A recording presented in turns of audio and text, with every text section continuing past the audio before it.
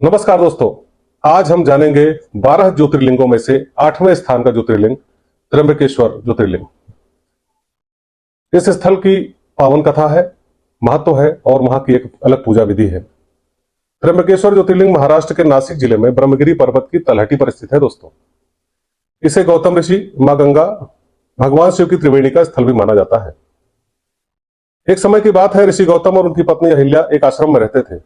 उनके पास भगवान वरुण द्वारा दिया गया एक अक्षय पात्र था, जिसमें कभी भी भोजन की कमी होती ही नहीं थी। यह देखकर अन्य कुछ ऋषियों को उनसे ईर्ष्या हुई और उन्होंने योजना बनाकर उन्हें बदनाम करने के लिए एक मृत गाय उनके आश्रम में डाल दी। ऋषि गौतम ने उस गाय को जीवित करने के बहुत प्रयास किए, लेकिन वे सफल नहीं हुए। इसी आधार पर आरोप लगाकर कुछ ऋषियों ने उनको उनके आश्रम से निकलवा दिया। इस बात से क्षुब्ध होकर गौतम ऋषि ने, जो कि भगवान शिव के भक्त थे,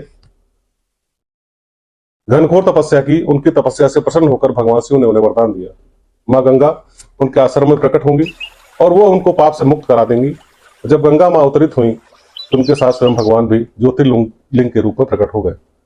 इसी कारण इस स्थान को त्र्यंबकेश्वर कहा जाता है, जिसका अर्थ है 3 नेत्रों वाले भगवान शिव। दोस्तों, यहां पूजा करने से पितृदोष, नागदोष, काल सर्प दोष और ग्रह दोषों का निवारण होता है। श्रद्धालु विशेष रूप से यहाँ महामृत्युंजय जाप, जो जीवन की रक्षा के लिए जाना जाता है, रुद्राभिषेक और नागबली पूजा भी करते हैं। भक्तजन मानते हैं कि त्र्यंबकेश्वर के दर्शन मात्र से कई जन्मों के पाप समाप्त हो जाते हैं। बड़ी संख्या में श्रद्धालु यहाँ आते हैं और इन विविध तरीकों को अपना करके अपने पापों से मुक्ति लेते हैं और अपने जीवन को विस्तारित करते हैं, बचाते हैं।